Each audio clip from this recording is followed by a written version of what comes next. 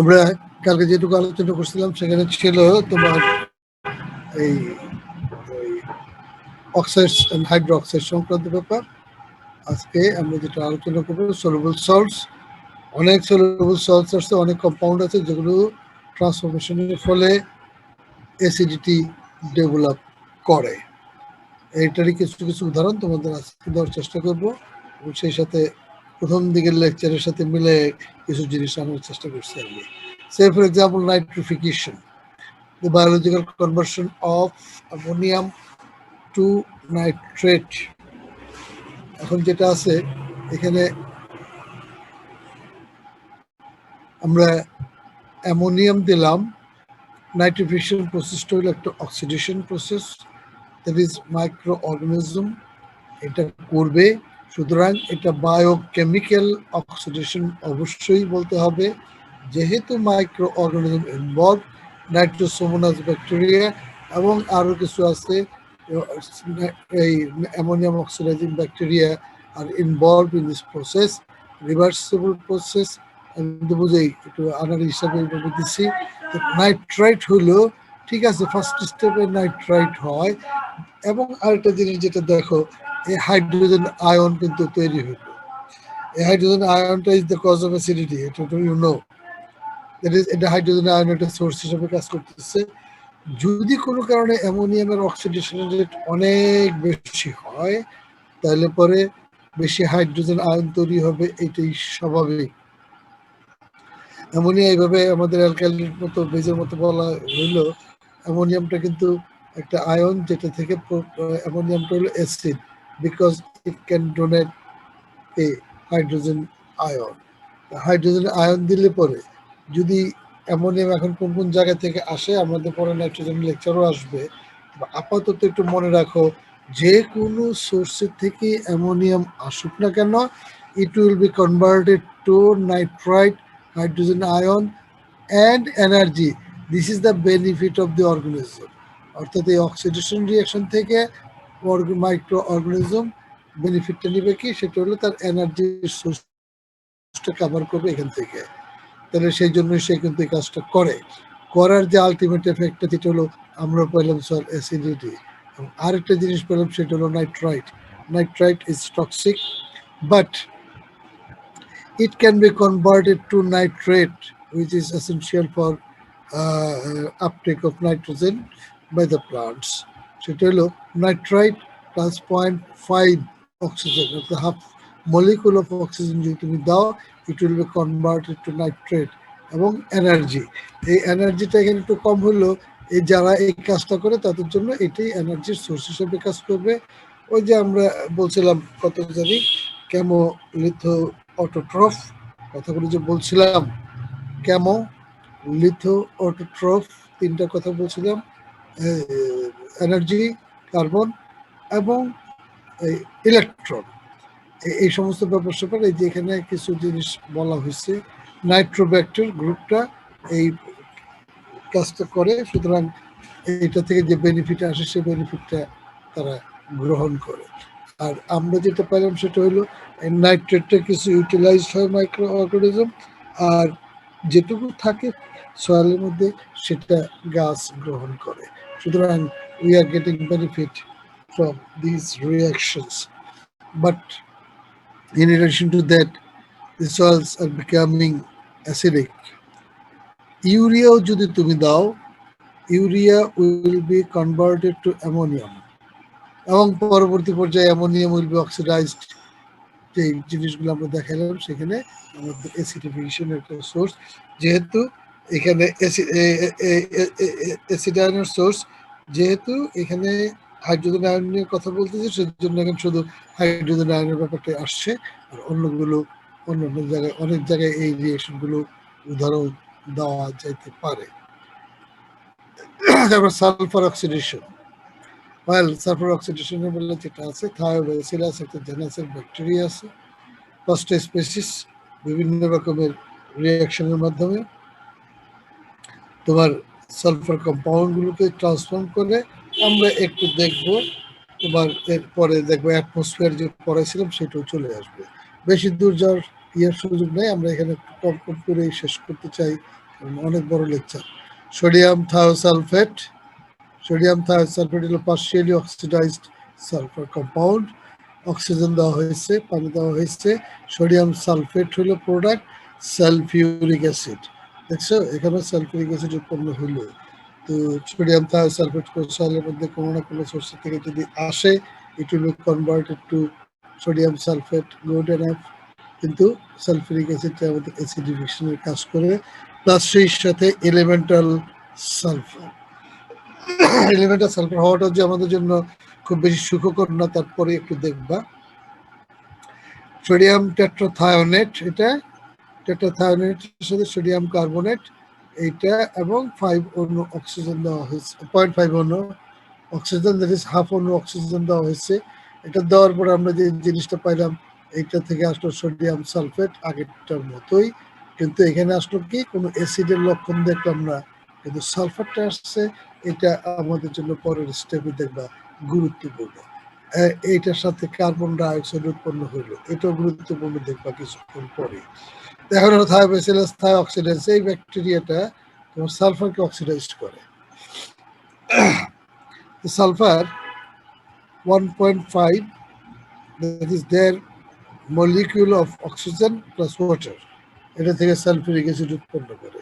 তাহলে দেখো এখানে যে সালফার হলো, এখানে যে সালফার হলো, এটাও যদি থিওরিটিক্যালি আমরা নিয়ে আসি যে সালফার অক্সিডাইজ হচ্ছে, এই সালফিউরিক অ্যাসিড হয়ে গেল।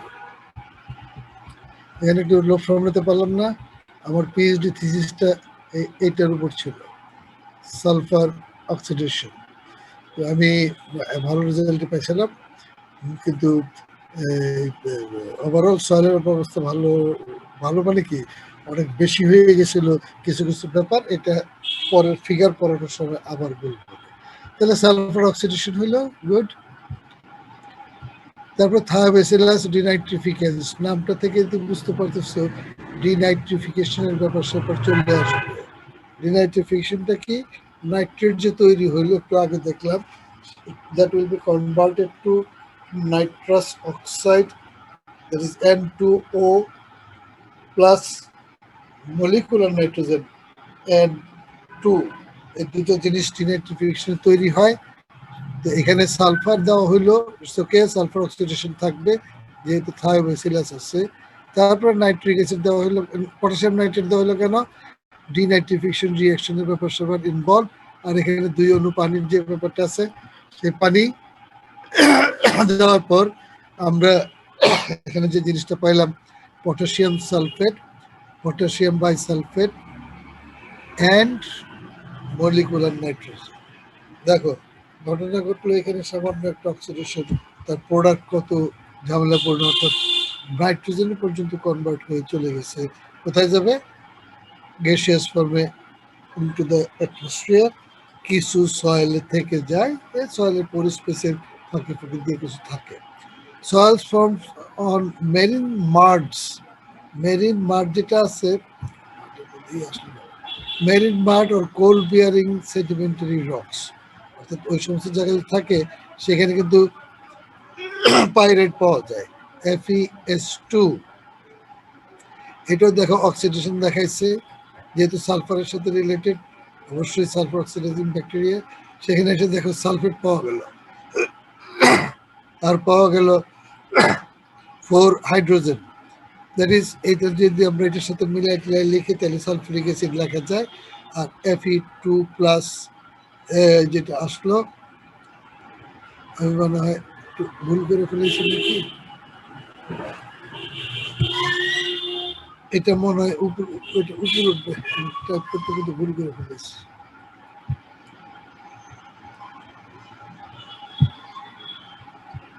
এটাও তাই হবে।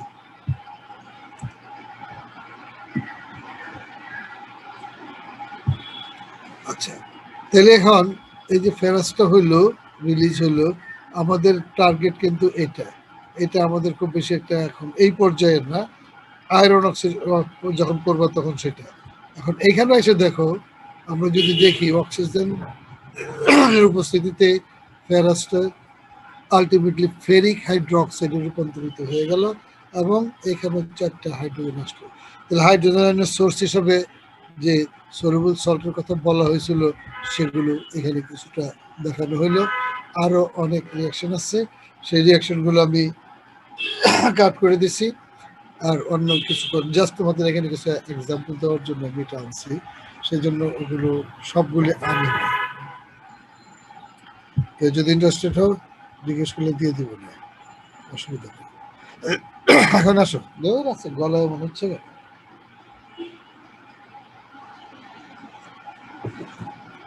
আচ্ছা দেখো, there are many reactions that are responsible for producing large amount of acidity in the certain soils. অনেক অনেক রিয়াকশনই আছে এখানে, তার মধ্যে আমরা কিছু কিছু জিনিস এখানে দেখাতে চেষ্টা করছি। এটা তোমাদের এই প্রথম দিকের লেকচারের দিকে বোধহয় ছিল মনে হয় কিনা আমি জানি না, না থাকারই কথা। কনসেপচুয়ালাইজেশন তো তোমাদের ছিল না, তোমাদের ছিল সয়েলের ইয়েটা। এখানে দেখো অ্যাটমসফিয়ারে কিন্তু এই ঘটনা ঘটে। Sulphur dioxide, oxygen, sulphur trioxide, sulfur trioxide plus water, sulfurous acid, sulfur dioxide plus ozone, sulfur trioxide and oxygen.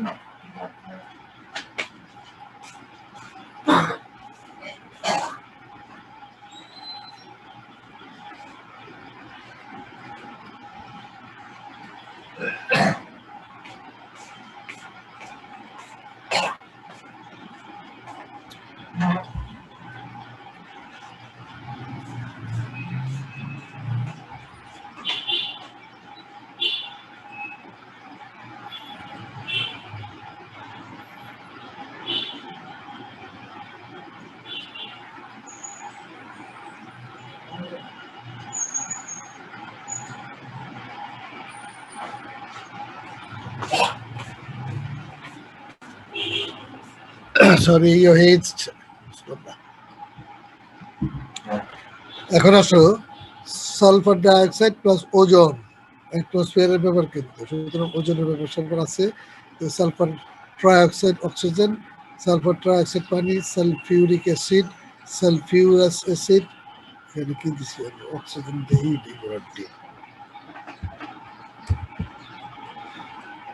এটা একটু কারেকশন করে নিও তাড়াহুড়ো করতে গিয়ে।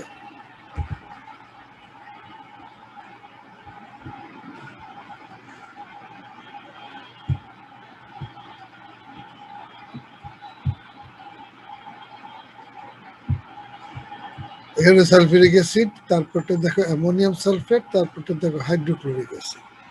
এখানে যে জিনিসটা আসলো, অ্যাটমসফিয়ারে যদি এই জিনিসগুলো হয়, সেই জিনিসগুলোর আলটিমেট এফেক্ট আমাদের উপর এসে পড়বে। এখানে সালফার রিলেটেড জিনিসগুলো একটু বিস্তারিত দেখানো হয়েছে, যদি কেউ দেখতে চাও দেখো। এখানে acid forming reaction in the atmosphere, যেটা আলটিমেটলি আমাদের এই ইয়াতে ফিরে আসে, আর্থ সারফেসে ফিরে আসে। সে ফিরে আসলে পরে তার এফেক্টটা স্বাভাবিকভাবে আমাদের ভোগ করতে হবে। কার্বন ডাইঅক্সাইড প্লাস পানি, কার্বনিক অ্যাসিড নতুন করে কিছু বলার নেই, সালফার ডাইঅক্সাইড প্লাস পানি, hydrogen ions bisulphite bisulphite, এটা সালফিউরাস অ্যাসিড থেকে আসছে। সালফার ডাইঅক্সাইড ওয়াটার, এখানে যেটা দিচ্ছে আমরা সালফিউরিক অ্যাসিড, এইভাবে আমাদের এই যে হাইড্রোজেন আয়ন রিলিজ করবো, তো রিলিজ করার সুযোগ আসলো। হ্যাঁ, এখানে আবার নাইটের একটা রিয়াকশন দেওয়া হয়েছে, যেখানে আলটিমেটলি নাইট্রিক অ্যাসিড উৎপন্ন হয়। তার মানে অ্যাটমসফিয়ারের যে ঘটনাগুলো ঘটতেছে সেই ঘটনাগুলো মোটামুটি একটা পিকচার এখানে তোমাদের দেওয়া হয়েছে। সেই পিকচারটা আমার তো মনে হয় এনভায়রনমেন্টাল সায়েন্স পড়াতে গিয়ে তো অনেক পেস্ট লাগাই দিয়ে দিচ্ছি। তো যাই হোক, তোমাদের যেটা আছে এটা এইভাবে জিনিসগুলো যদি আমাদের আর্থ সারফেসে চলে আসে, তাহলে পরে আমরা তার এফেক্ট ভোগ করবো, কোনো সন্দেহ নেই। এখানে it is obvious that factors responsible for soil acidity are far from simple. আমরা খুব সিম্পল ওয়েতে জিনিসগুলো রিয়াকশনের মাধ্যমে বলে দিলাম, but it is not that much simple. But the product যেগুলো আছে সেগুলো সম্বন্ধে আমরা মোটামুটিভাবে যেটুকু আমাদের ইন্টারেস্ট, সেটা হলো হাইড্রোজেন আয়নের সোর্স কোনগুলো, সেগুলো আমরা একটু দেখে নিলাম।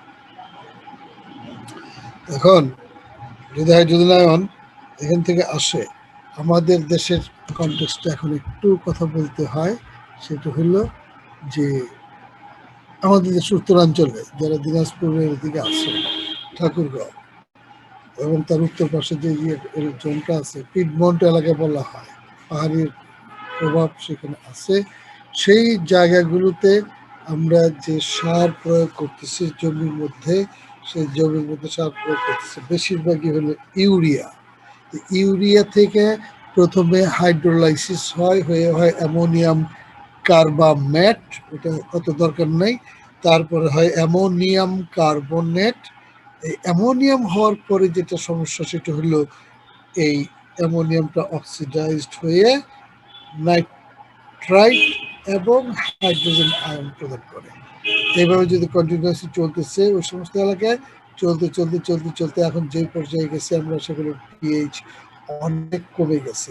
হোয়াট আর দ্য প্রবলেমস দেন আমরা পরে আসতেছি। তাহলে আমরা সোর্স অফ হাইড্রোজেন আয়ন দেখলাম। এখন আর একটু দেখতে হয়, যেহেতু পিএইচ এর সাথে রিলেটেড আরেকটা আয়ন আছে, সেটা হলো হাইড্রোঅক্সিল। সেই হাইড্রোঅক্সিল আয়নটার সম্বন্ধে আমাদের একটু জানতে হবে। এখন এখানে দেখো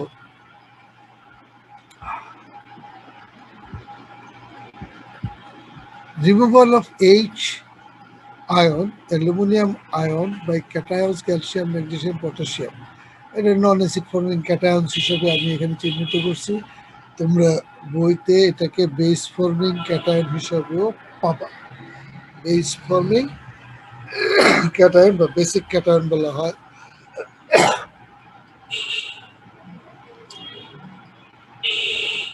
এখন আসো, কলয়েডের গায়ে যদি কোনো কারণে এই আয়নগুলো অ্যাডজর্বড অবস্থায় থাকে, তাহলে পরে সেখানে আমরা যদি এই ক্যালসিয়াম আয়নটা দিই, ক্যালসিয়াম আয়নটা দিলে পরে ক্যালসিয়াম আয়ন যদি রিপ্লেস করে অ্যালুমিনিয়াম এবং হাইড্রোজেন আয়ন কোথায় যাবে? সলিউশনে চলে যাবে এবং এখান থেকে লিচ হয়ে চলে যাবে, মনে করো নিচের দিকে চলে যাবে। এখন হাইড্রোজেন যদি সিস্টেম থেকে লস হয়, আমরা জানি হাইড্রোজেন এবং হাইড্রোক্সিল আয়নের মধ্যে একটা ইনভার্স রিলেশনশিপ আছে। সেটা হলো কি, হাইড্রোজেন আয়ন যদি কমে যায় 10⁻⁻14, সেইটা কনস্ট্যান্ট ভ্যালু রাখার জন্য হাইড্রোক্সিল আয়ন বেড়ে যাবে। তো হাইড্রোক্সিল আয়ন যদি বেড়ে যায়, হাইড্রোজেন আয়ন কমার কারণে, তাহলে আমি সেটাকে কি বলবো, যে removal of acid forming cation যেগুলো আছে, এগুলো যদি সিস্টেম থেকে গ্র্যাজুয়ালি রিমুভ করে দেওয়া যায়, তাহলে পিএইচ আমাদের উপরের দিকে যাইতে থাকবে। তারপরে এখানে ধরো এখানে যেটা দিচ্ছে যে পানি দিলাম, এখানে ক্যালসিয়াম আসছিল, তো সেই ক্যালসিয়াম থেকে এখানে হাইড্রোজেনটা আবার যদি এখানে নিয়ে আসে, এইটাও হইতে পারে, এইটাও যে আগেরটা বললাম সেটাও হইতে পারে। যদি এইটা হয়, তাহলে আলটিমেটলি ওই ক্যালসিয়াম আর পানি থেকে যে ওএইচ আসলো, সেটা মিলে আমাদের সিস্টেমের মধ্যে একটা অ্যালকালাইন ভাব নিয়ে আসতে পারে, যেহেতু হাইড্রোজেন আয়ন এখন অ্যাডজর্ব, নট ইন অ্যাক্টিভ ফর্ম। তোমাদের পিএইচ এর সময় কথাটা বলছিলাম কিন্তু আমার মনে নাই। আমরা বলছি negative logarithm of hydrogen ion concentration, বুঝছো?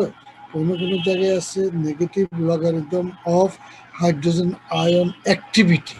দ্যাট ইজ, এই যে অ্যাক্টিভ হাইড্রোজেনটা আছে, সেই অ্যাক্টিভ হাইড্রোজেনটাকেই বিবেচনা করা হয় পিএইচ ডিটারমিনেশনের সময়। দ্যাট ইজ, ইলেকট্রোড যেটা ইউজ করা হয় সেটা হাইড্রোজেন ইলেকট্রোড, হাইড্রোজেন আয়নটা বের করবে, ডিটারমিন করবে। লাইগেন্ড এক্সচেঞ্জ, তোমরা লাইগেন্ড এক্সচেঞ্জ পড়ছো মনে হয়, পড়ছো লাইগেন্ড এক্সচেঞ্জ? না স্যার। এই সয়েল কেমিস্ট্রি, এনভায়রনমেন্টাল কেমিস্ট্রি পড়েছে, এটা না পড়লে কেমন হতো? লাইগেন্ড এক্সচেঞ্জ স্যার পড়ছিলাম মনে হয়, মনে হয় পড়েছিলাম মনে হয়, হ্যাঁ, থার্ড ইয়ার অথবা সেকেন্ড ইয়ারে স্যার। থার্ড ইয়ার একটা কেমিস্ট্রি কোর্স তো তোমাদের ছিল? জি স্যার পড়েছি স্যার। যদি পড়ে না পড়ে থাকলেও আমাকে একটু বলতে হচ্ছে, তাহলে আমি বিস্তারিত যাব না।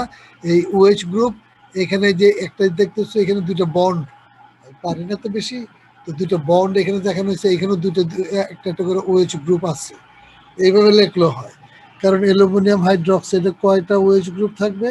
অ্যালুমিনিয়াম ট্রাইভ্যালেন্ট বলে তিনটা, ওএইচ গ্রুপ থাকবে, 3টা ওএইচ গ্রুপকে যদি তুমি এইভাবে আলাদা আলাদা দেখাও তাহলে একটা এই দিক যদি এক্সপোজ করো, এখানে ফসফেট আয়ন দিলে পরে এই ফসফেট আয়ন উইল রিপ্লেস, এখানে কোনো চার্জ ডেভেলপমেন্টের ব্যাপার না, ওএইচ গ্রুপটা পুরোটাই রিপ্লেস করে সে পাঠাই দেবে সয়েল সলিউশনের মধ্যে, আর সে নিজে এখানে অ্যাড হয়ে যাবে। তো অ্যাড যদি হয়ে যায়, এখানে তোমাকে বললাম কি, আমি এখানে কি পড়াইতেছি, হাইড্রোক্সিল আয়নের সোর্স, তাহলে এখানে কিন্তু হাইড্রোক্সিল আয়ন আমি তোমাকে দেখাই দিলাম। আবার যখন আমি ফসফেট পড়াবো তখন এটা একটা mechanism by which phosphate is fixed through reaction with hydrous oxides of aluminium. ওইখানে গিয়ে আবার এই উদাহরণটা আসবে, আমি একটু বলে রাখলাম। তাহলে লাইগেন্ড এক্সচেঞ্জের একটা উদাহরণ হতে পারে এটা, একটা উদাহরণ হতে পারে সোর্স অফ হাইড্রোক্সিল আয়ন, আর একটা উদাহরণ হতে পারে ফসফেট ফিক্সেশন। 3টা এসে যায় এখানে, বুঝছো? তো যাই হোক, তখন যদি সময় করতে পারি, সুযোগ করতে পারি, তাহলে বলবো। হাইড্রোলাইসিস অফ সল্টস, আমরা জানি কিছু কিছু সল্ট আছে তোমার যদি হাইড্রোলাইসিস রিঅ্যাকশন করে তাহলে পরে সেখানে এই আমাদের এই ওএইচ আয়ন তৈরি করে। তোমরা ইন্টারমিডিয়েটে এই প্র্যাকটিক্যাল করছো এই সোডিয়াম কার্বনেটের সলিউশন এবং হাইড্রো সালফিউরিক অ্যাসিডের সলিউশন বোধহয় মনে হয়, হাইড্রোক্লোরিক অ্যাসিডের সলিউশন। এনে কার্বনেটের সাথে সরাসরি অ্যাসিডের বিক্রিয়া হওয়ার কথা নয় এইভাবে, আর ওইটা থেকে আমরা অ্যাসিড বেস টাইট্রেশন যদি বলি ওটা তো কোনো ইয়ে হয় না, তাহলে অ্যাসিড সল্ট টাইট্রেশন হয়ে গেল, বাট কেস ইজ ডিফারেন্ট। এটা প্র্যাকটিক্যাল ক্লাসে আমরা পড়াইছি বহু বছর, এখনো পড়াই, মানে ঢাকা বিশ্ববিদ্যালয়ে পড়াইতাম, তোমাদের এখানে সেই সুযোগ নেই। তো এই সোডিয়াম কার্বনেট যখন পানির মধ্যে দিবা, sodium carbonate is a salt of কি, কার্বনেটটা আসছে কার্বনিক অ্যাসিড থেকে উইক, আর সোডিয়ামটা আসছে সোডিয়াম হাইড্রোক্সাইড থেকে, দ্যাট ইজ সোডিয়াম হাইড্রোক্সাইড একটা স্ট্রং অ্যালকালি আর একটা উইক অ্যাসিড। এই দুইটার থেকে দুইটা রিয়াকশন করে যে সল্টটা হয়, সেই সল্টের বিহেভিয়ার হলো এটা পানিতে দেওয়া হইলে পরে আবার সোডিয়াম হাইড্রোক্সাইডে কনভার্ট হয়, এবং এই দুটো কিন্তু আসলে কার্বনিক অ্যাসিড। কার্বনিক অ্যাসিড ওই ফর্মুলা থেকে কার্বন ডাইঅক্সাইড হয়, ওয়াটার হয়, কার্বন ডাইঅক্সাইডটা এসকেপ করে চলে যায় অ্যাটমসফিয়ারে, ওয়াটারটা পরে থাকে। তাহলে রইল কি আলটিমেটলি সোডিয়াম। এত পরে আসলে কেমন হবে, সোডিয়াম হাইড্রোক্সাইড কিন্তু তৈরি হইল। তো সোডিয়াম হাইড্রোক্সাইড তৈরি হওয়ার সাথে সাথে we can expect it will be dissociated into sodium ion and hydroxyl ion. তাহলে এইখানে একটা হাইড্রোক্সিল আয়নের সোর্স হিসেবে আমাদের এই সল্টটা কাজ করলো। তাহলে হাইড্রোলাইসিস অফ সল্ট থেকে আসলো লোয়ারিং অফ পিএইচ।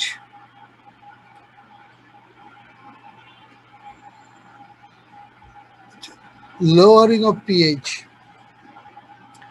পিএইচটা লোয়ার হইলে পরে কি হবে ওটা কিন্তু তোমাদের একটু ইয়েতে বলে আসছিলাম কলয়ের পরে গিয়ে, যে যদি লো পিএইচ হয় আর ফাংশনাল গ্রুপগুলো যদি থাকে ওএইচ গ্রুপ এবং NH2 গ্রুপ, তাহলে পরে তার সাথে হাইড্রোজেন যুক্ত হয়ে তোমার এটাকে বলে প্রোটোনেশন, এবং সেখানে চার্জ ডেভেলপ করবে, কারণ ওএইচ গ্রুপও নিউট্রাল, NH2 নিউট্রাল, কিন্তু যখন একটা হাইড্রোজেন আয়ন ঢুকবে তখন NH3+ হয়ে যাবে, আর ওইখানে OH2+ হয়ে যাবে, অর্থাৎ একটা চার্জ বেশি হবে। এই যে দেখো এখানে, তো সেখানে এই যে প্রোটন আর OH, এইটাই যদি আমাদের কথা হয়, এই যে OH গ্রুপতে একটা উদাহরণ দেই, তাহলে OH আর HOH পানি যেটা সাথে এটা যদি ডিসোসিয়েশন হয়, তাহলে দেয়ার ইজ এ পসিবিলিটি এই OH গ্রুপটার সাথে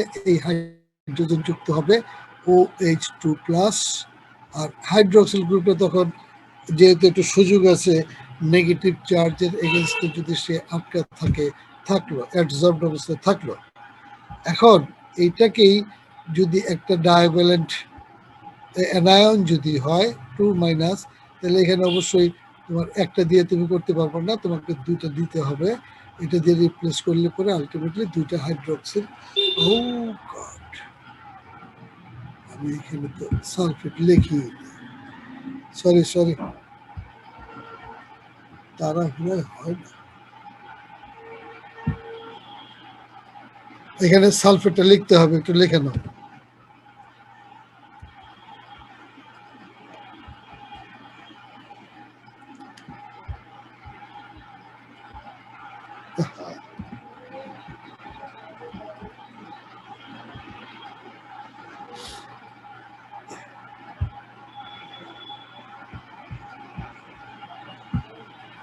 তো আলটিমেটলি আমরা যেটা পাইলাম সেটা হলো হাইড্রক্সিল গ্রুপ।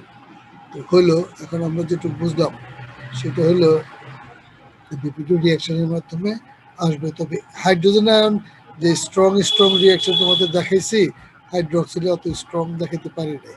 এই রিয়াকশনটা মূলত এরিড রিজিয়নে হয়, অর্থাৎ তুমি যদি ইয়াতে দাও মরুভূমি অঞ্চলে, সেখানে এই রিয়াকশনটা সাধারণত দেখা যায়। এবং এখানে এরিড রিজিয়নের মধ্যে আমি যখন সয়েল সলিউশন পড়াইছি তখন বলছিলাম যে এরিড রিজিয়ন সয়েলের মধ্যে কতগুলো সল্ট পাওয়া যায়, সেই সল্টের গ্রুপের মধ্যে কিন্তু সোডিয়াম কার্বনেটটাও আছে। এই তোমরা একবারে সব পারবা সেটা আমি বিশ্বাস করি না, তবে এটা আমি উদাহরণ দিয়ে যাচ্ছি যে আমি ওইখানে কিন্তু তোমাদেরকে বলছি।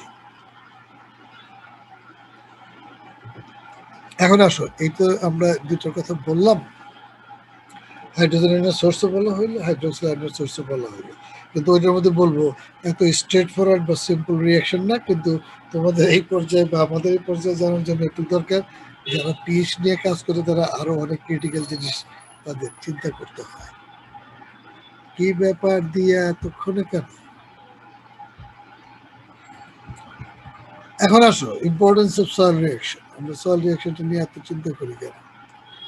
এখানে আমি সে কথাগুলো বলে দিয়েছি, আমি শুধু এখন লিখে দিয়েছি, পড়লেও বুঝতে পারবো। Physical, chemical, biological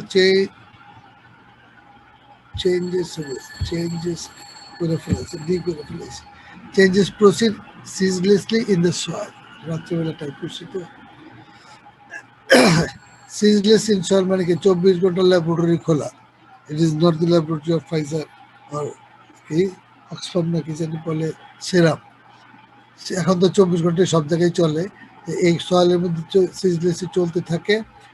These changes make the existence of life in the soil possible. এই চেঞ্জগুলো আছে বলেই সয়েলের মধ্যে যে অর্গানিজমগুলো আছে তাদের লাইফ পসিবল, এবং সেটার কারণে আমরাও ওটা দ্বারা বেনিফিটেড হই। It's well known that the pH system, which involve many chemical reactions and particularly biological activity and life, is tremendously important. তোমার যদি এখন বলি যে অ্যামোনিয়ামটা যে হইলো, অ্যামোনিয়ামটা হইতে হবে, নাইট্রেটটা হইতে হবে গাছের জন্য অ্যাভেলেবেল ফর্ম হওয়ার জন্য। Who will do this? This will be done by soil microorganisms. কিছু ফাঞ্জি, কিছু অ্যাক্টিনোমাইসিডস আর ব্যাকটেরিয়া। তবে যেটা হলো নাইট্রিফিকেশনটা একটা highly specialised group of bacteria, যেটাকে আমরা বলি নাইট্রিফাইং ব্যাকটেরিয়া। এর ব্যাকটেরিয়ার বাইরে খুব কমই আছে যারা এই নাইট্রিফিকেশন রিয়াকশনটা করতে পারে। তাহলে যত রকমের নাইট্রেট তৈরি হচ্ছে যদি এক্সটার্নাল সোর্স থেকে না দিই, সয়েলের মধ্যে যত নাইট্রেট তৈরি হচ্ছে তার কাজ কিন্তু ওই নাইট্রোসোমোনাস আর ব্যাকটেরিয়া গ্রুপের মধ্যে আরও কয়েকটা 5-6টা ব্যাকটেরিয়া আছে, তারা এই কাজটা করে তোমাদের জন্য যে গাছের প্রয়োজন সেই গাছের প্রয়োজনটা মিটাই দিচ্ছে। তাহলে indirectly you are also dependent on those microorganisms indirectly. So without question, the most important single chemical characteristics of a soil as regards to its suitability to plant growth is its reaction or pH status. আমরা বলি the most important single electrochemical reaction is the soil reaction বা pH. এটা কেন বলি? pH is a physical, chemical, biological চেঞ্জের সাথে জড়িত। এখন এখানে আর একটু কিছু জিনিস অবতারণা করার চেষ্টা করছি আমি।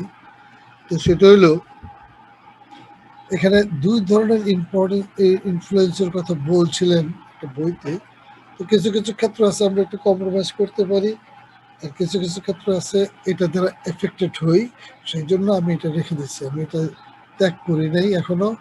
এটা আমি বইটা থেকে নিয়েছিলাম একটা, বলি mineral nutrition of plants by Emil Truog. ওই বইটা আর এখন কেউ পড়ে না, আমাদের ঢাকা ইউনিভার্সিটির লাইব্রেরিতে এখনো আছে। তখনও খুব বেশি একটা কেউ পড়তো না। আমি আবার কেন জানি একদিন হঠাৎ করে এই বইটা খুললাম, খোলার পরে দেখি এর মধ্যে রহস্য ভাণ্ডার।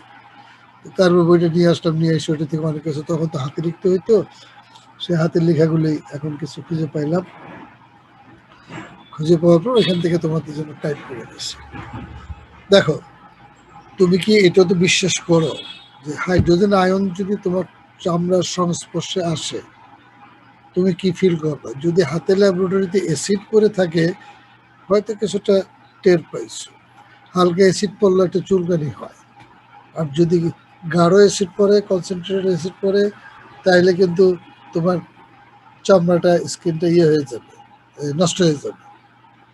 তো এটা same case with hydroxyl ion. Sodium hydroxide হাতে রাখতে পারবে বেশিক্ষণ? নো, এটা কিন্তু তোমার হাতকে একদম চামড়া জ্বালাই দেবে। এটা সিম্পল উদাহরণ। আমরা আগে অনেক আগে অবশ্য তুমি তখন ছোট কিনা জন্ম হয়েছে কিনা জানিও না, এই সাবান একটা হাতে নিয়ে অ্যাডভার্টাইজ দেখে এইভাবে ঘষে টসে তারপরে ধুয়ে বলে যে আমার হাতে কিচ্ছু হয়নি।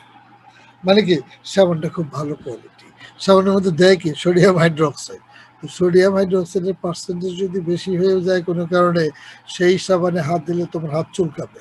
আমি কেন তোমাকে নিয়ে আসলাম উদাহরণ, সেটা হলো সয়েলের মধ্যে যদি তোমার এই হাইড্রোজেন আয়ন বা হাইড্রোক্সিল আয়নের আধিক্য থাকে তাহলে পরে এই কথাটা প্লান্ট রুটের বেলায় প্রযোজ্য। রুট চুলকাইয়া তোমাকে দেখাইতে পারবে না। কি করবে?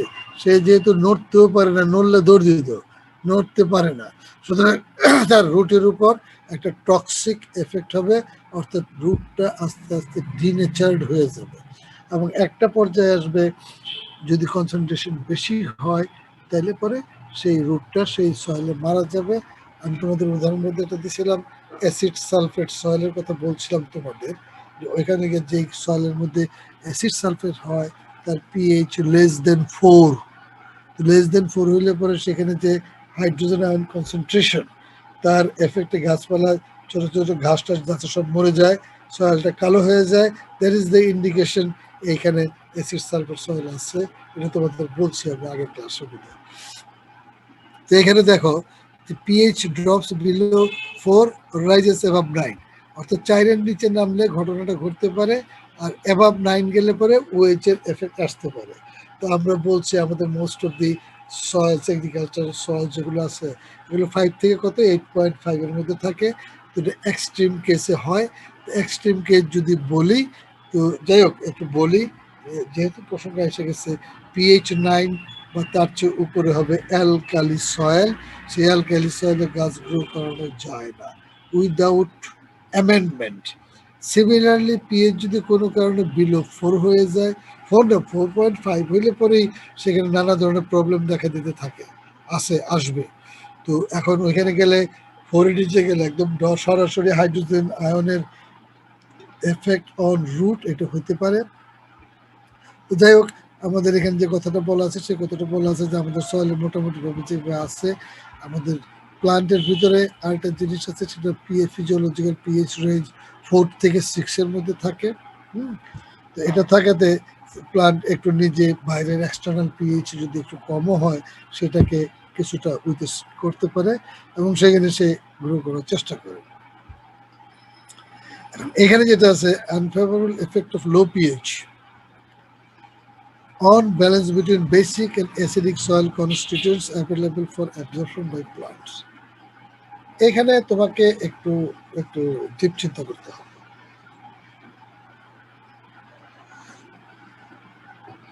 অনেক জিনিস এসে যায় বুঝছো, একটু না বললেও নয়। যাই হোক, এটা ইয়ার জন্য মনে রাখো, আমি তোমাদের সয়েল সলিউশনের ডাইনামিক ইকুইলিব্রিয়ামের একটা ফিগার দেখাইছিলাম এবং মাঝখানে একটা গোল জায়গা ছিল সয়েল সলিউশন লেখা। তো সয়েল সলিউশন লেখা যেটা ছিল, এই সয়েল সলিউশনের মধ্যে এতক্ষণ আলোচনা যা করলাম বা আগের আলোচনা মিলে যদি আমরা চিন্তা করি, এই সয়েল সলিউশনের মধ্যে তোমার বিভিন্ন ধরনের ক্যাটায়ন থাকতে পারে, অ্যানায়নও থাকতে পারে। এখন এই জায়গায় যদি একটা প্লান্ট গ্রো করে, শিকড়টা যদি এই জায়গার মধ্যে এসে পৌঁছে, হোয়াট হ্যাপেন্স? এটা নিয়ে গবেষণা এখনো চলছে ট্রিমেন্ডাস গতিতে, আমাদের সময় চলছে। আমরা তখন শুনছি কনসেপ্ট অ্যাবস্ট্রেন্ট কনসেপ্ট, লোডিগার্স হাইপোথেসিস, অনেক কিছু শুনছি। হাইপোথেসিস কনসেপ্ট এগুলো কিন্তু থিওরি নয়, এগুলো এখনো ওইভাবে চলতেছে। এটার যে ব্যাপারটা ছিল, এখানে বলতেছি আনফেভারেবল এফেক্টটা বোঝানোর জন্য তোমাদের, এখন সয়েলটা যদি অ্যাসিডিক হয়, পিএইচ যদি 4.5 এর নিচে চলে আসে, সে ফর এক্সাম্পল, তো এখানে তো হাইড্রোজেন আয়ন বেশি হবে, ইউ এগ্রি। হাইড্রোজেন আয়নের জন্য যে রেসপন্সিবল সেটা হাইড্রোজেন আয়ন, ঠিক আছে, এবং অ্যানায়ন কিছু থাকবে, মেবি সালফেট, ক্লোরাইড, নাইট্রেট, এগুলো থাকতে পারে। কারণ নাইট্রিক অ্যাসিডও তৈরি হয় সয়েলে, হাইড্রোক্লোরিক অ্যাসিডও তৈরি হয়, এবং সালফিউরিক অ্যাসিডও তৈরি হয়। আমরা হাইপোথেটিক্যালি ধরে নেই এই তিনটা। কে এখন আসছে রে, কি বলবো। এখন ওই গোল জায়গাটার কথা যদি চিন্তা করো, ওইখানে ক্যাটায়ন অ্যানায়ন থাকবে। আমরা ধরে নেই ক্যালসিয়াম আছে, ম্যাগনেসিয়াম আছে, সবই আছে। এখন গাছের যেটা নেচার সেটা হলো গাছ তোমার অ্যানায়নটা তার প্রয়োজন যেটা আছে সেটা সে নিয়ে নেয়, ভিতরে নিল।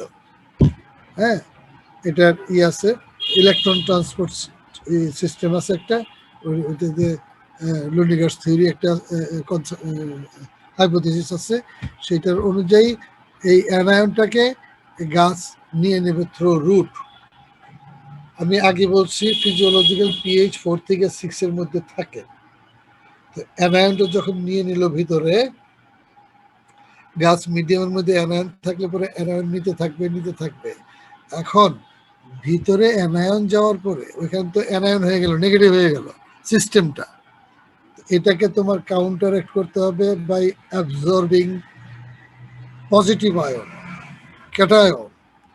এখন মিডিয়ামে যদি ক্যালসিয়াম ম্যাগনেসিয়াম থাকে, তাহলে গাছ কিন্তু ক্যালসিয়াম ম্যাগনেসিয়াম নিবে। ক্যালসিয়াম ম্যাগনেসিয়াম গাছের জন্য অত্যাবশ্যকীয়, এসেনশিয়াল, ভেরি ইম্পর্টেন্ট। আর ক্যালসিয়াম যদি আপটেক হয়, গুড।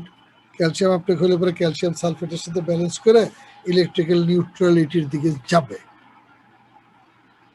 প্রশ্ন হলো, যদি সয়েলটা অ্যাসিডিক হয়, মানে পিএইচ লেস দেন 4.5 হয়, তাহলে ক্যালসিয়াম ম্যাগনেসিয়ামের আধিক্য থাকবে না, সেটা আমরা পড়ায় আসছি আগে, বেসিক ক্যাটায়ন কিভাবে রিমুভাল হয়ে যায়। তাহলে অ্যাসিড মিডিয়ামের মধ্যে এখন আছে হাইড্রোজেন আয়ন বেশি, অ্যালুমিনিয়াম আয়ন। এখন গাছ যদি হাইড্রোজেন আয়ন ভিতরে নিয়ে নেয় to balance the electrical, to maintain the electrical balance, যেটা সালফেট নিচ্ছে, নাইট্রেট নিচ্ছে, ক্লোরাইড নিচ্ছে, বাইকার্বনেট নিচ্ছে, এগুলোর মধ্যে যে নেগেটিভ চার্জ আছে এটাকে ব্যালেন্স করার জন্য সে কি করলো, মিডিয়ামে পাইছে সে ক্যালসিয়াম হাইড্রোজেন, তাকে কিন্তু এটা জরুরি ভিত্তিতে নিতেই হবে to maintain the electrical neutrality.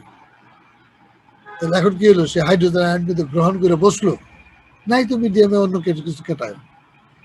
তাহলে এই হাইড্রোজেন আয়ন যখন গাছের ভিতরে যাবে, পিএইচ বলছিলাম 4 থেকে 6 এর মধ্যে এটা থাকবে, ঠিক? ডেফিনেটলি না। এই হাইড্রোজেন আয়নের প্রভাবে পিএইচ কমে যাবে। পিএইচ যদি কমে যায় আর এই অবস্থা যদি কিছুদিন চলতে থাকে, তাহলে আলটিমেটলি প্ল্যান্টের ভিতরে যে ফিজিওলজিক্যাল পিএইচ এর যে রিয়াকশনগুলো হয় সবই প্রায় অফ হয়ে যাবে, কারণ সব বায়োকেমিক্যাল রিয়াকশনের উপরই পিএইচ এর একটা ইনফ্লুয়েন্স আছে।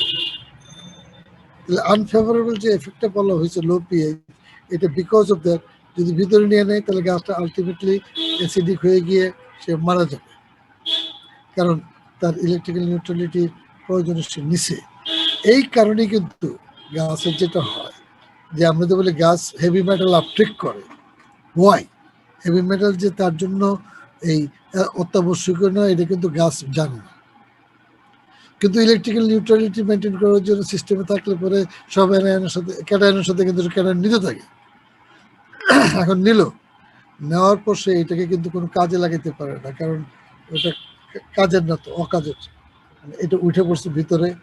এটা আস্তে আস্তে যদি সিস্টেমে খুব বেশি পরিমাণে ডিজলভ অবস্থায় থাকে, এই ক্যাটায়নগুলো নিয়ে নেবে গাছ। লেড, ক্যাডমিয়াম, এখন তো নিকেল এসেনশিয়াল হয়ে গেছে, তো কত নিব এখন। তো এগুলো ভিতরে এই জন্যই উঠে। গাছ কিন্তু ওইভাবে বোঝে না। গাছের মধ্যে অ্যানালাইসিস করে দেখা গেছে প্রায় 58 এই কেমিক্যাল এলিমেন্টস এর মতো পাওয়া যায়। 58, 40, 46 না কত একটা ফিগারটা মনে নেই, তার মধ্যে 18টা আমাদের জন্য গাছের জন্য এসেনশিয়াল, বাকিগুলি সে কেন নিল সে কিন্তু জানে না এটা তার জন্য এসেনশিয়াল না।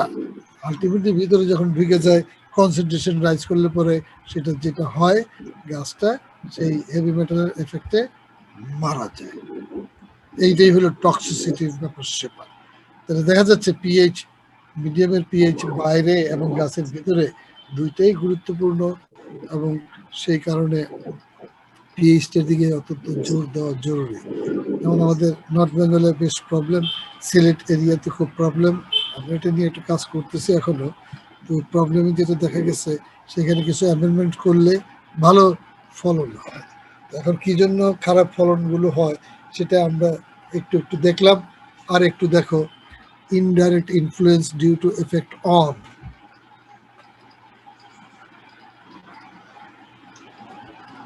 উপরে দুটা কিন্তু ডাইরেক্ট বললাম। এরা কি ক্লাস আছে তোমাদের আরো?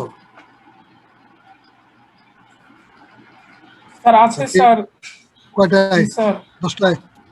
স্যার দুপুর 2টা থেকে স্যার।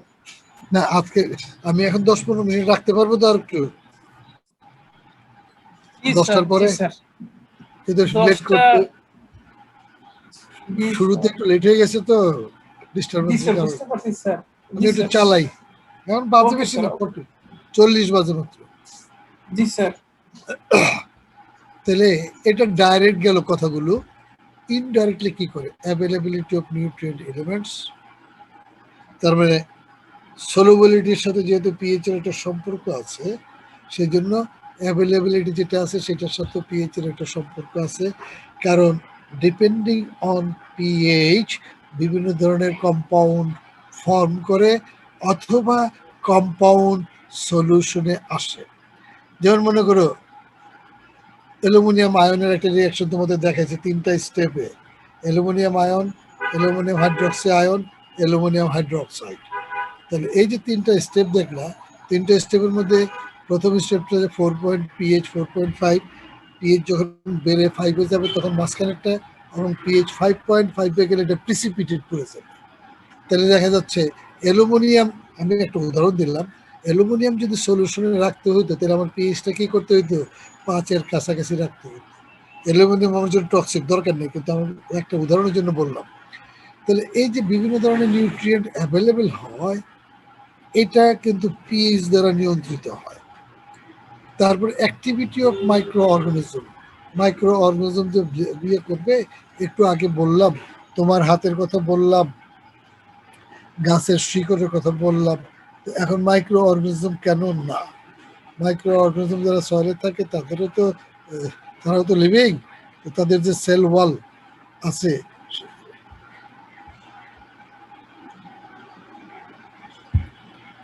তাদের যে সেল ওয়াল আছে সেই সেল ওয়ালের মধ্যে তো টক্সিক এফেক্ট ক্রিয়েট করতে পারে হাইড্রোজেন আয়ন বা অ্যালুমিনিয়াম আয়ন। তাহলে অ্যাক্টিভিটি অফ মাইক্রো অর্গানিজমস আছে। Toxicity of various substance due to high solubility, এই যে একটু আগে বললাম লেড ক্যাডমিয়াম যদি সলিউশনে যায়, কেন যাবে সেটা বলতেছি, এটা গাছ নিয়ে নেবে। তারপর ফিজিক্যাল কন্ডিশন, একটা সয়েলের স্ট্রাকচার ফর্মেশনের জন্য কতগুলো কন্ডিশন, কতগুলো আয়নের দরকার হয় সেটার উপর নির্ভর করবে।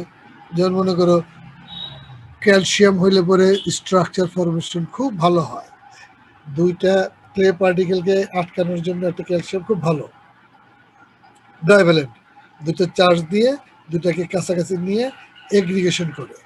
যদি এখানে যদি পিএইচ 8.5 এর উপরে চলে যায়, সোডিয়াম ডোমিনেট করে, তাহলে এখানে আসবে একটা সোডিয়াম, সোডিয়াম একযোজি, এটার সাথে লাগলো কিন্তু এটাকে আটকানোর মতো তার ক্ষমতা নাই। সুতরাং এটা কি হবে? ডিসপারশন হয়ে যাবে, ছড়ায় যাবে, স্ট্রাকচার ভেঙে যাবে। তাহলে ওই যে সোডিয়াম বেশি থাকবে না ক্যালসিয়াম বেশি থাকবে, it is determined by pH. Hydrogen আয়নের বেলাও তাই।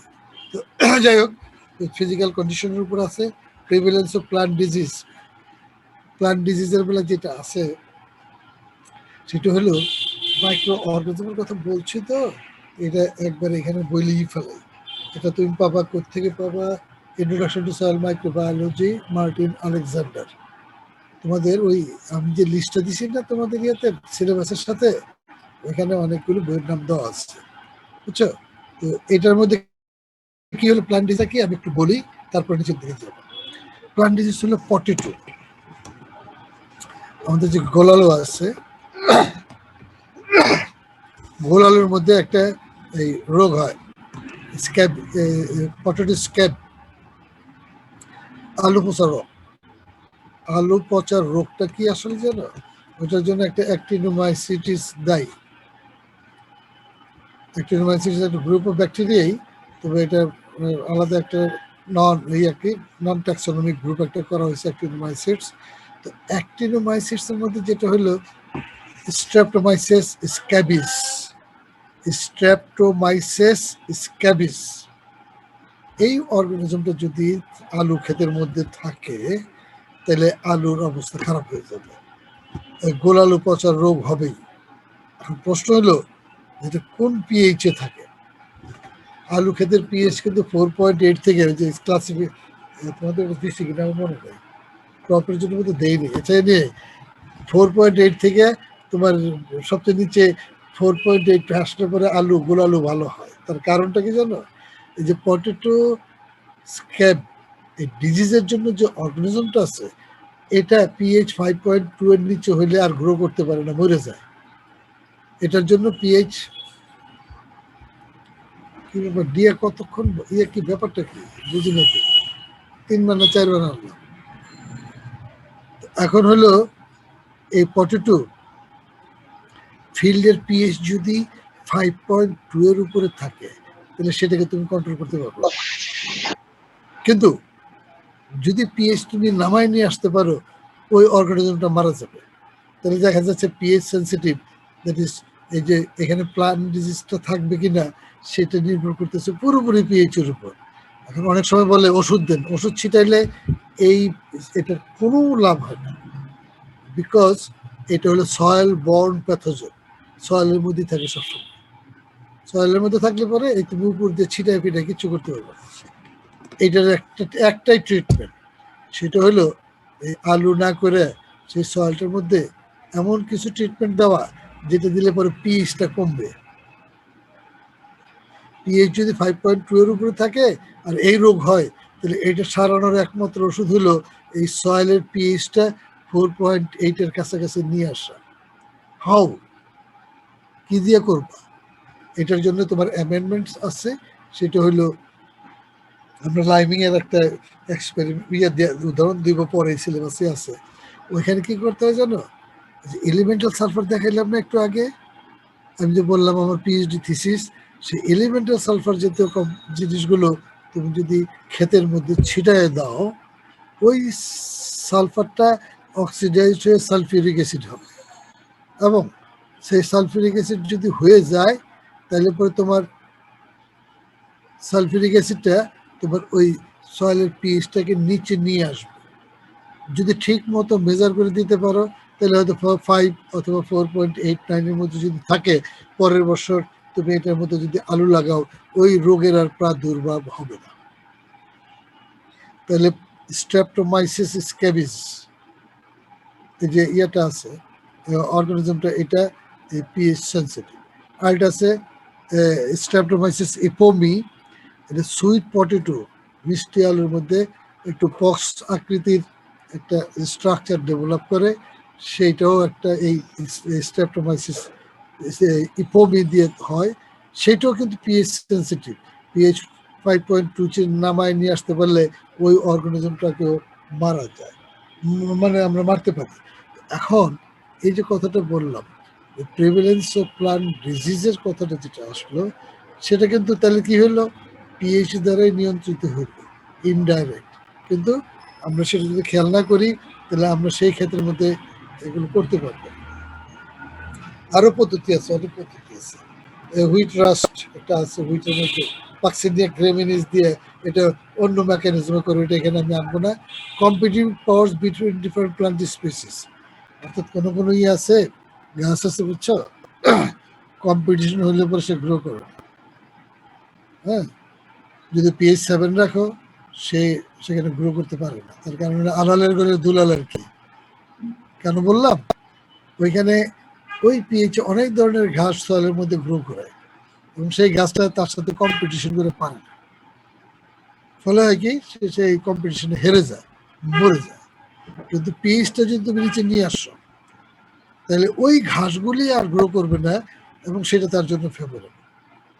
এটা অনেক আগে একটা ডিজিজের কথা মনে আসছিল, মানে প্লান্টের কথা মনে আসছিল, এখন এই মুহূর্তে নাই। তবু এই মুহূর্তে আমি একটু বিকল্প উদাহরণ তোমাদের দিতে চাচ্ছি, তাহলে সেটা এখন আমি শো করব। এগুলি কি আসছে আবার? হ্যাঁ,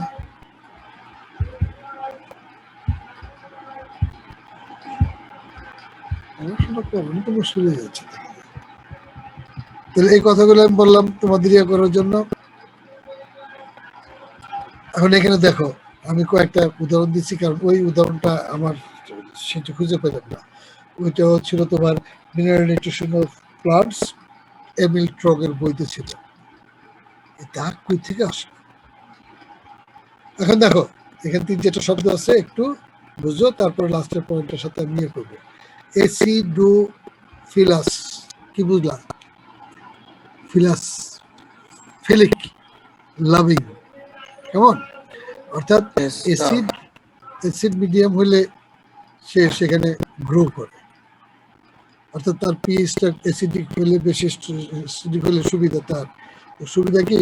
সে সুবিধাটা কেন হয়? অনেক সময় হয় তার কোনো একটা প্রেফারেন্স থাকে কোনো একটা আয়নের প্রতি মেবি, আর কোনো সময় হয় কি ওইখানে কম্পিটিশনটা ফ্রি থাকে। যেমন মনে করো acid loving plants grow better in soil's and water bodies এসে গেছে হ্যাভিং পিএইচ 5.5। আর আমরা বলছিলাম মোস্ট অফ দি এগ্রিকালচারাল ক্রপসের জন্য 6 থেকে 7.5। আর 5.5 যে গ্রো করবে না তা না, এরা 5.5-এর নিচে হলেই বরং ভালো গ্রো করে, এর উপরে plants can tolerate acidity level. Camellia sinensis, চা গাছ যে গ্রো করে না, সেখানে পিএইচ কিন্তু লো। তো পিএইচ লো কেন? তার ইয়ে হলো অ্যাসিডোফিলাস প্লান্ট। অ্যাসিডোফিলাস প্লান্ট আমাদের উত্তরবঙ্গে হচ্ছে এই পঞ্চগড়ের দিকে, সেখানে কিন্তু সয়েলটা অ্যাসিডিক। যাই হোক, এখানে এই প্লান্টটা যদি ইয়ে দাও, উপর দিকে দাও, সে হয়তো কম্পিটিশন করতে পারবে হয়তো, কিন্তু তার ফিলিংসের জন্য সে নিচের দিকে চলে আসবে। তারপরে ক্যালসিফিলাস, কি বুঝলা? ক্যালসিকল প্লান্টস, ক্যালসিয়াম কার্বনেট লাভিং, যে দুটো শব্দ ইউজ করা হয়। এটা হলো কারা ভলগেরিস, এটা মধ্যে একটা এলজি। হ্যাঁ, এই যে এরা, তাদের বিশেষ বৈশিষ্ট্য ক্যালসিয়াম কার্বনেটের যে বেশি পাওয়া যায়, সেটাতে তার উপর তুমি যেটাকে নিয়ে যদি ইয়েতে দাও, এই ঠাকুর গায়ে দিয়ে দাও, ইট উইল নট গ্রো। কারণ হলো ঠাকুর গায়ের ইয়ের মধ্যে অনেক হাইড্রোজেন আয়ন আছে। এই জন্যই ক্যামেলিয়া সাইনেন্সিস নিয়ে পঞ্চগড়ে বেশ সফল যারা উদ্যোক্তা ছিলেন তারা। তারপরে এখানে ক্যালসিফিউজ প্লান্ট যেটা বলে না, ক্যালসিফিউজ, এটা তো লাভিং বললাম, এটাকে ক্যালসিফোব বা ক্যালসিফোবাস, এটাও এই শব্দগুলো ইউজ করা হয়। Do not grow well in calcium carbonate containing soil. হ্যাঁ, যদি ক্যালসিয়াম কার্বনেট থাকে তাহলে ফোবিক মানে আতঙ্ক, যে হাইড্রোফিলিক হাইড্রোফোবিক কথাটা ওইখান থেকে যদি তুমি ইয়ে করতে পারো ভালো হয়। এটা হলো কনিফার্স, আমাদের যে ইয়ার মতো যেটা হয়, কোনের মতো যেটা হয় সেগুলো, এবং কিছু গুল্ম জাতীয় গাছ আছে।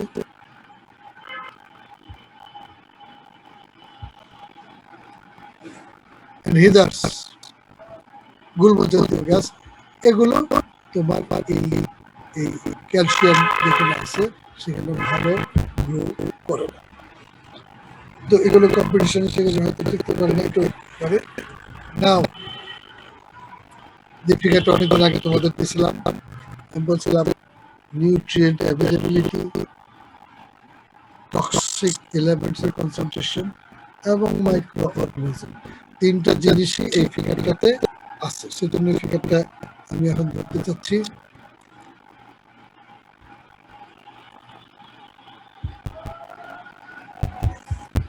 স্যার আজকে শেষ করে দেন স্যার। 10টা বাজে তো। জি স্যার। আচ্ছা, পুরো ক্লাসও করলাম। জি স্যার। স্যার আজকে অনেকেরই ইন্টারনেটের প্রবলেম হচ্ছে, ওরা মানে বারবার লগ ইন করে আবার আউট হয়ে যাচ্ছে স্যার। দেখি আমাদের প্রবলেমের মতোই। জি স্যার মানে ইন্টারনেট স্টেবল না স্যার, বারবার কেটে যাচ্ছে স্যার। বয়েজ এন্ড গার্লস, তোমরা তোমাদের কালকে পরীক্ষা দিলে খাতার মধ্যে নাম, বাড়ির নাম, রোল নম্বর আর বিষয়টা লিখছিল সবাই?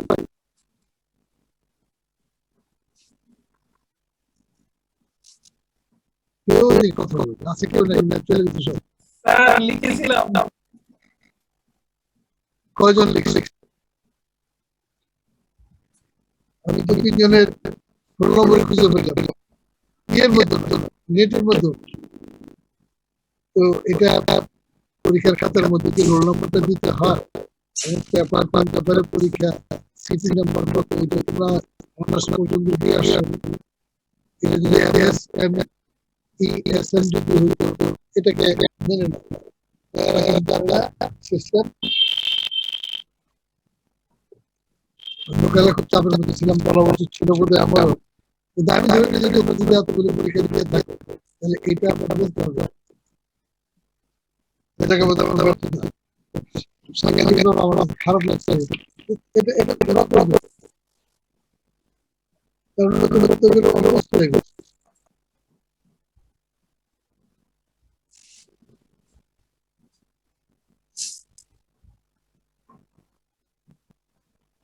খাতা কিন্তু আমার ভাষণ স্ক্যান করে পারবে। আমি টিকিট বুঝে আছি, আমি তো তারাই বলেছে কালকে যা দেখলাম 32-33 বাকি চলে গিয়ে আমার এখানে গিয়ে কথা আসছে, সেই বললাম আজকে যেটা আছে কার্ড, সেটা পার্সেন্টেজটা তো দিয়ে দিয়ে এটা তো তোমাদের জন্য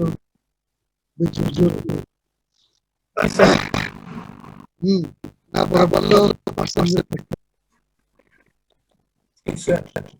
বললো বাবা Present, sir.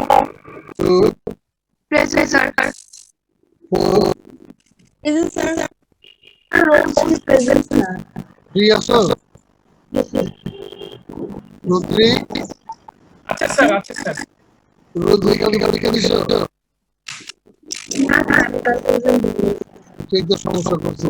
আমি 3 তো অ্যাবসেন্ট সময় দেই নাই, why not in the exam? 4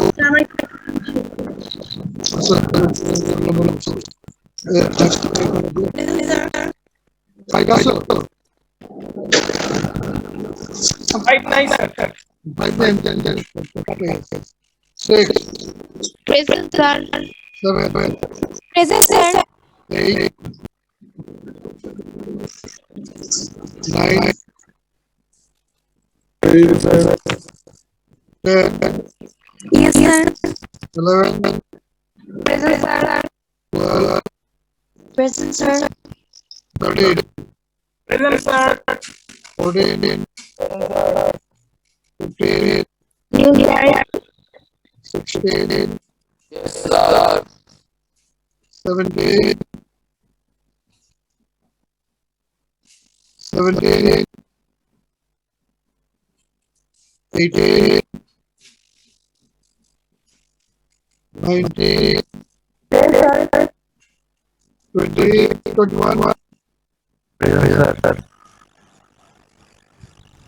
22 23 25 25 present, sir. 26 27 Present, sir. 26. কাল পরীক্ষা দিছো না স্যার 26 পরীক্ষা দাও Sir, আমি দিয়েছি পরীক্ষা। 27 জি স্যার আমি জানি 26 সেপ্টেম্বর Sir, 26 পরীক্ষা দিয়েছি।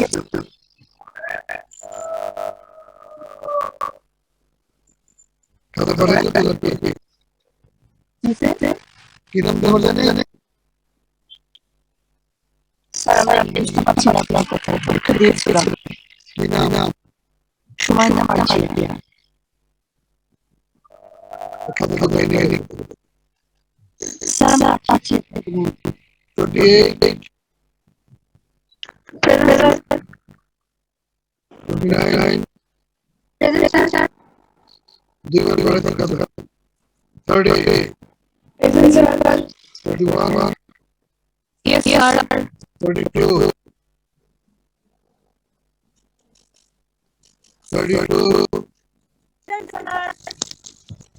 33 Yes, sir. 4 present sir 5 Present, sir. जी सर, sir.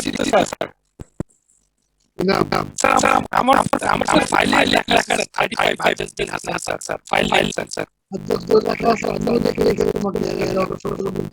আমারও ফাইলে লেখা আছে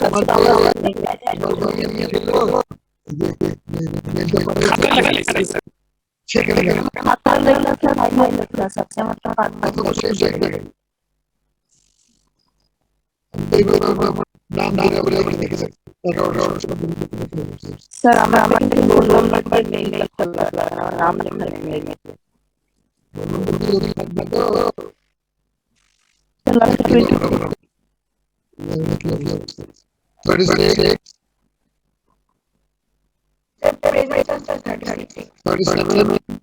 প্রেজেন্ট স্যার 38 39 প্রেজেন্ট স্যার না স্যার নেই 40 present sir 41 41 42 present sir 43 present sir 44 44 45 present sir 46 45 present sir 47 present sir 48 48 sir 46 পরীক্ষা দিয়েছি স্যার 46 47 প্রেজেন্ট স্যার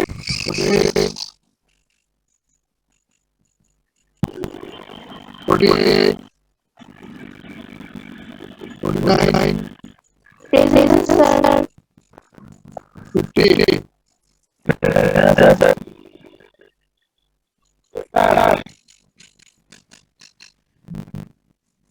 hey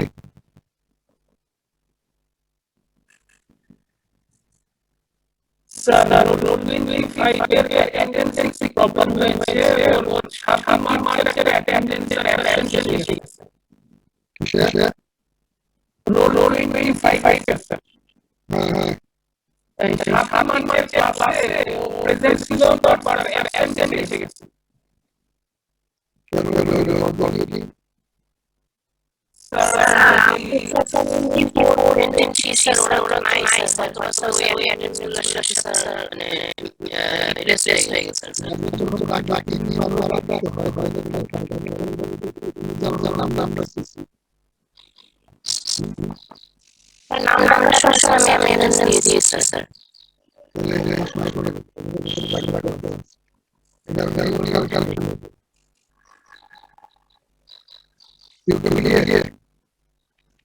जी सर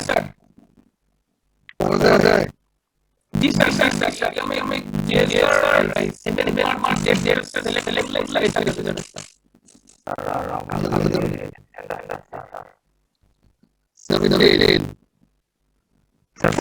सर check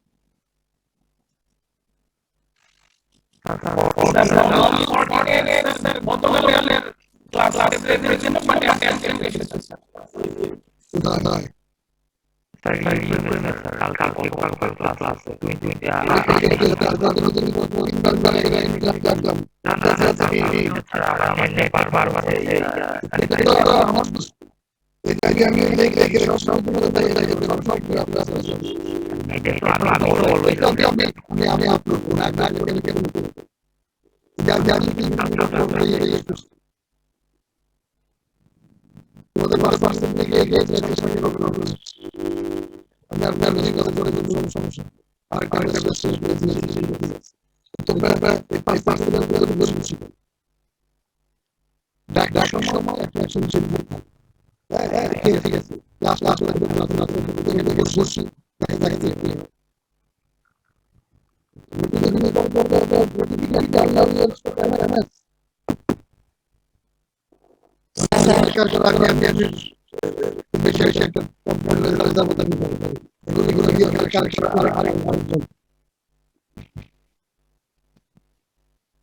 স্যার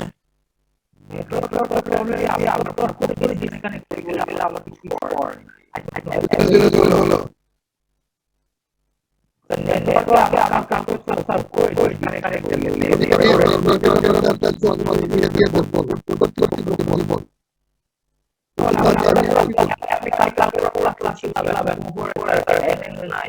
এখন এটা করে আমি কি করতে পারি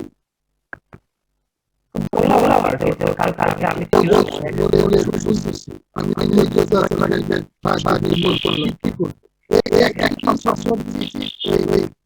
গোগল গিয়ে করতেছে রং সেটাকে এই করলাম আমি এটা করে মানে আছে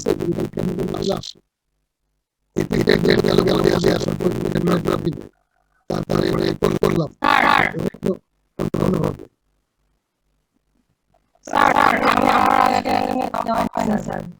হ্যাঁ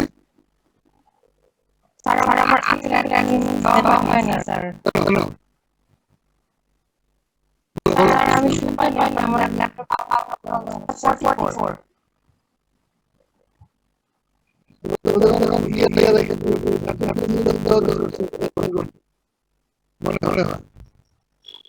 সরি স্যার আমি আগামী 10 ক্লাস সবাই না থাকলে পরে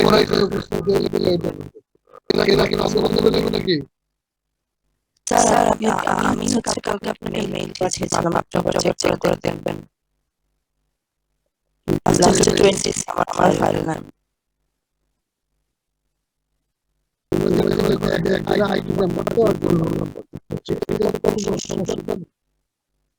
স্যার মানে আমার রোল নাম্বার দিয়ে ফাইলটা আমার খাতার উপর আমার নাম দুটোই লেখা আছে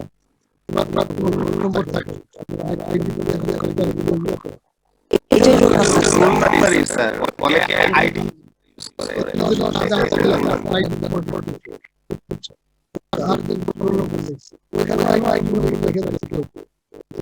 স্যার আপনার হচ্ছে ওটাই লেখা আছে রোল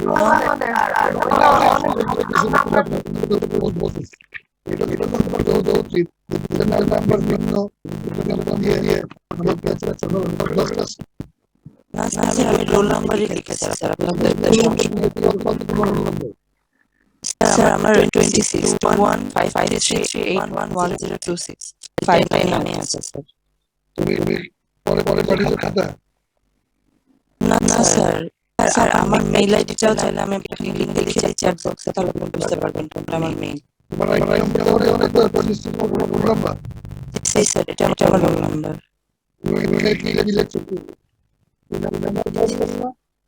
সুমাইদা মার্জিয়া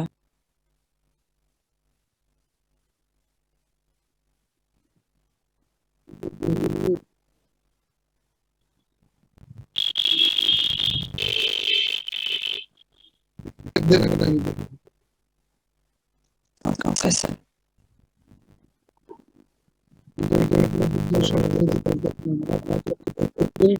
আমার কাজ করেছে কি করতে বলতে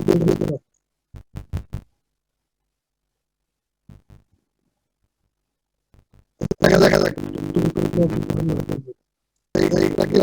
শেষ করি জি স্যার তুমি শেষ করবো না শেষ করবো স্যার একদম শেষ করলেই হবে স্যার সমস্যা নেই স্যার ওকে স্যার আসসালামু আলাইকুম স্যার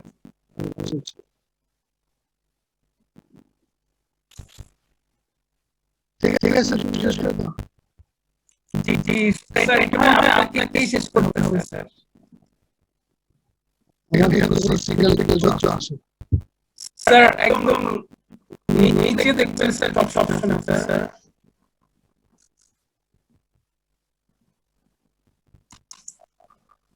স্যার লিভ মিটিং দিলে এসে যাবে স্যার। লিভ মিটিং একটা দেখেন অপশন আছে। এমনি তো আমার এখানে দেখাই দিচ্ছে কিন্তু কোনো সমস্যা হচ্ছে আচ্ছা আচ্ছা স্যার।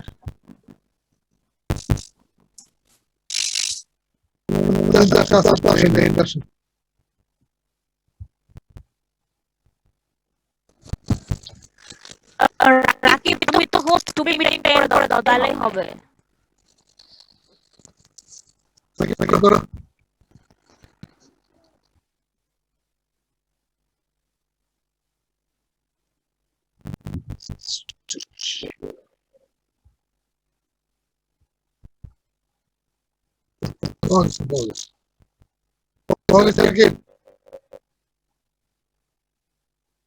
ওকে